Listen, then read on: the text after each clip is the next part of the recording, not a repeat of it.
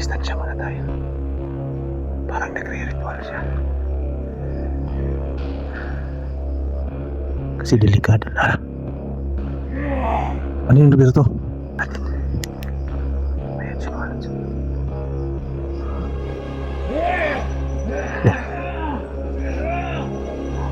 Bababa ko itong ayun o.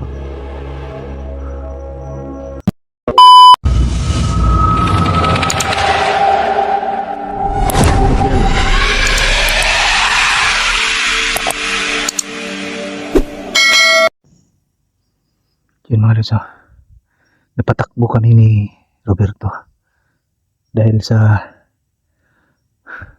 sabi niya, naamoy daw niya na maraming mga kasama katulad niya na papunta sa amin, kaya napatakbo kami.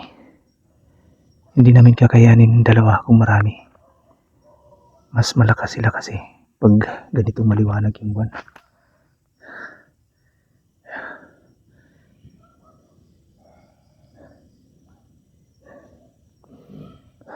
Ano yung ginagawa mo, Roberto? Roberto? Ano yung ginagawa mo? Pagmamasdan ko lang siya sa ginagawa niya, mga lods. Hayaan mo siya, dito na tayo. Maliwanag yung buwan ngayon, mga lods. Distansya muna tayo. Parang nagre-ritual siya. Baka nagpapalakas siya ulit, mga lods. Ganyan pala ginagawa nila para lumakas sila.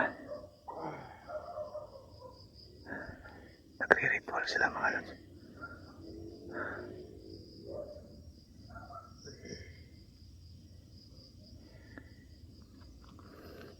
Obserbahan ko lang yung ginagawa niya para magkaroon tayo ng ideya. Kasi lagi akong nagtataka, mga lods, bakit palaging lumalakas sila. Sa tuwing nakakaharap ko sila, palakas sila ng palakas. Kaya ito ngayon, mamasdan natin mabuti at makikita natin yung ginagawa niya. Yan, di ba nakikita niyo naman? Kailangan maging alerto din ako dito kasi delikado na. Ano yung Roberto? Ha? Roberto, huwag kang pumunta dyan. Roberto, uy, kumapang siya, mga lods. Sundan natin. Ayan siya, mga lods. Hindi niya ako pinansin.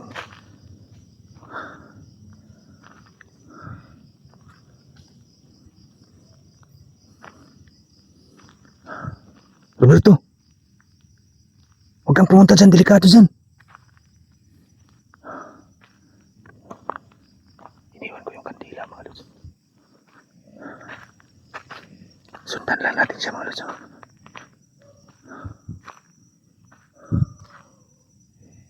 Suminyasa sa atin na dito lang daw ako. May naririnig akong parang kahol ng aso, ha. Mag-iingat ka dyan, Roberto, ha. Di tayo susunod dun. Suminyasa sa atin na dito lang daw tayo. Pagmamasdan lang natin yung ginagawa niya. Dito tayo banda. Hindi rin tayo lalayo sa kanya masyado para masuportahan natin siya kung kailangan niya.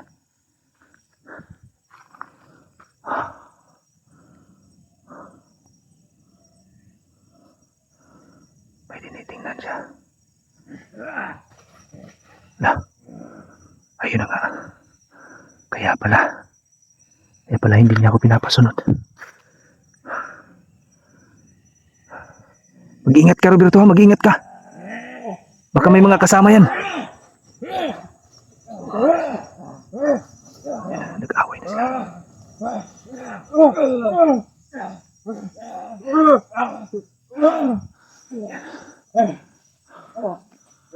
Pero hindi ako pinapalapit ni Roberto, mga lods, delikado. Baka magalit siya sa atin. Dito lang tayo, titingnan lang natin. Ako yung magiging lookout dito. Ingat, Roberto, ingat.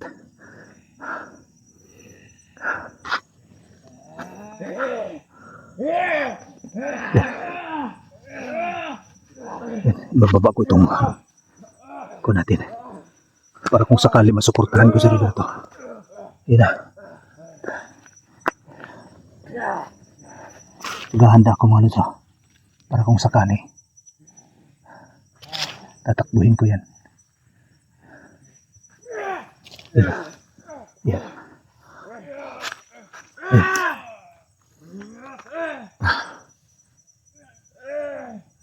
Yan. Yan na tayo. Nadali ni Roberto mga lods. Dito lang tayo. Hindi niya kasi ako pinalapit mga lods eh. Nakita niyo yan. Ayun o.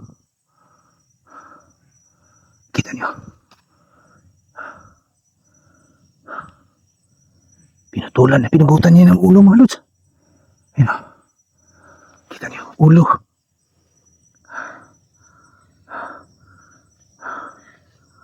Pinugutan niya ng ulo. Yun yung ulo mga lods. Ano kaya gagawin niya? Pagmasdan lang natin si Roberto.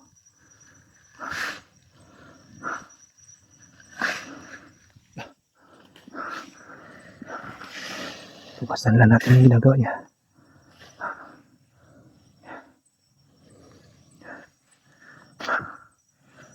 Parang may palak siyang sunugin mga lods.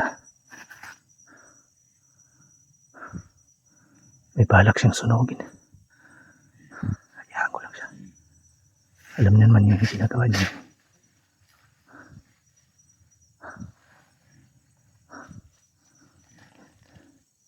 Kumuha siya ng mga dahon. Buti na lang natalo niya. Pasensya na kayo mga lods ha. Hindi ko sinundan si Roberto agad. Kasi yun yung sabi niya. Lah. Ayun. Ano yun? Sige. Dito. Lapit kayo dito. Ha? Roberto. Banda ka Roberto ha. May mga kasama dito sa paligid niya. May binigyan naman akong lighter sa puspuro sa kanya eh. Alerto lang tayo. May dinasalan niya. Mas alam niya yung ginagawa niya mga lods eh, kasi kapareho niya yung pinapatay niya.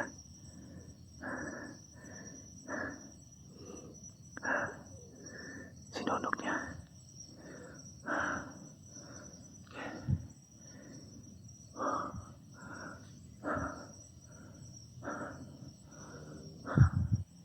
Sinindihan niya mga lods eh.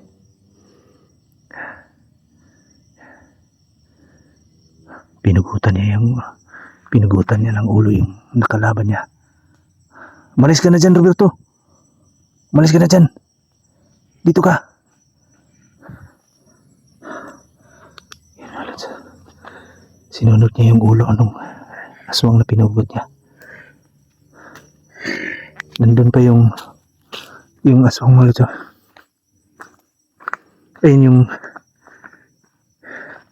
yung kaputol mga lods. Yung katawan. Ito tayo.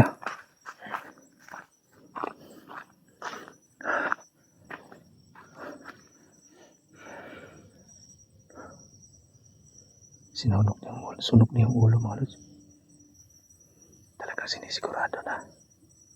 Hindi nila binibigyan pa ng pagkakataon na magaganti pa. Nasunog na.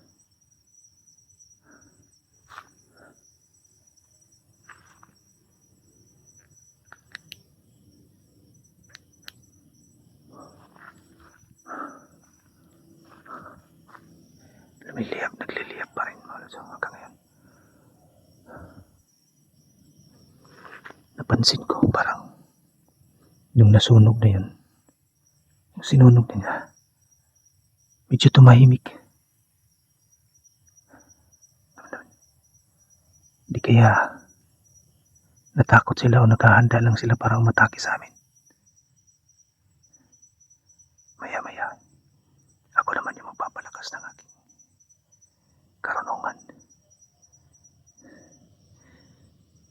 Tapos na si Roberto gumawa ng dasal eh.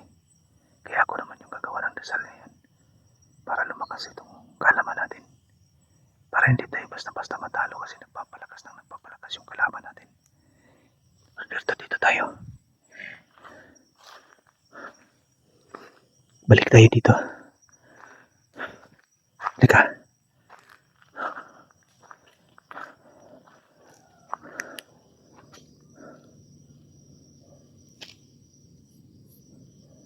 Parang may nakita ako doon, Roberto ha. Parang may sumilip sa atin doon oh.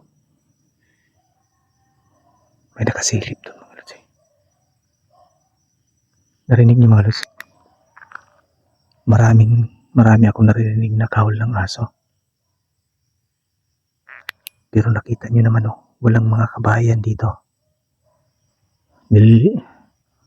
Gumagawa ng linlang yung mga kalaban namin mga lods. Para malinlang kami. Inaamoy-amoy ni Roberto yung paligid. Alerto ka. Bakit? Pilihilip sila sa galit. Ganun ba? Naririnig mo. Ako naman yung bantayan mo ngayon, Roberto ha. Palalakasin ko lang muna yung dasal ko, Roberto. Ha? Sige. Bantayan mo ko. Sige.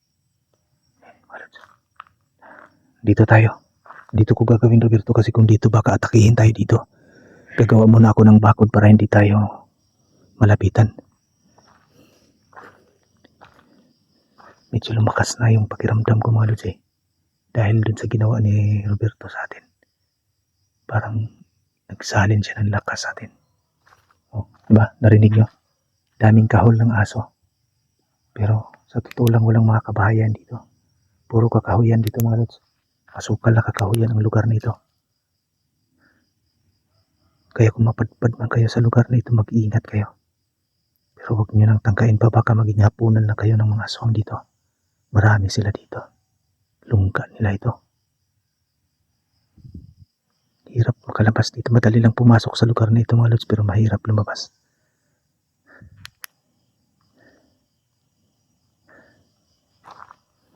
Dito tayo, Roberto. Maghanap ako ng pwede naming mapwestuhan para makapag-umpisa ako ng gagawin ko. So kaya, so dito tayo.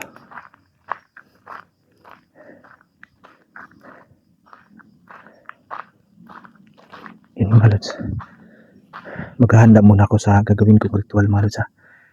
Yan, abangan nyo yung update natin dito. Ipapakita ko sa inyo kung ano yung gagawin ko.